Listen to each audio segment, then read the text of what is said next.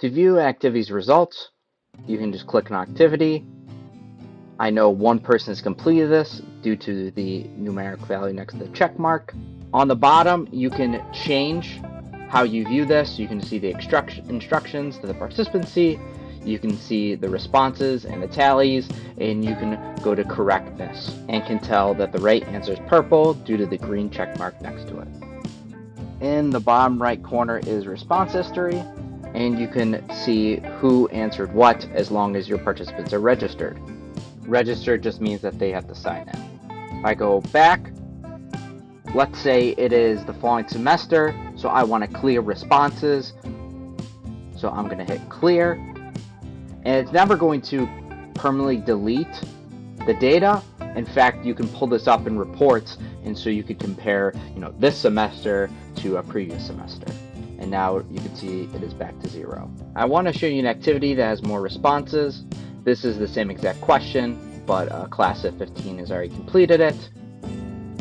If I were to do this in class, I would start in the instructions page until all responses were in. I would just start a discussion and responses, and then reveal the right answer in corrections.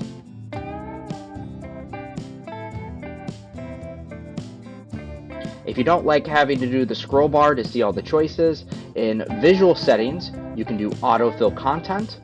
So this will make it where all of your choices are all on one screen. So it doesn't even matter how big or small your screen size is, it will morph to how big or small your display is. I like turning this setting on just so I don't have to keep scrolling up and down in order to see all the choices.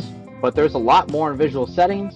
You can change it from a bar chart to a column chart to my favorite, a donut chart. It's a great visual, and you can even change the specific colors. So I can change the purple option to purple, the green option to green, and you get the rest. You can also change the font, the title, the background, labels, and even the response totals. But you can also change the theme. This is to give a little flair to your questions.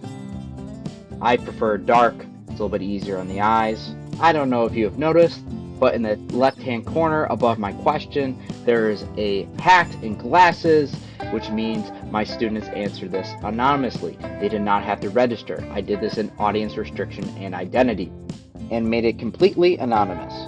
So that means when they answer, I don't know who said what. It's a great way to see a pulse of the room, but you cannot use this for Canvas.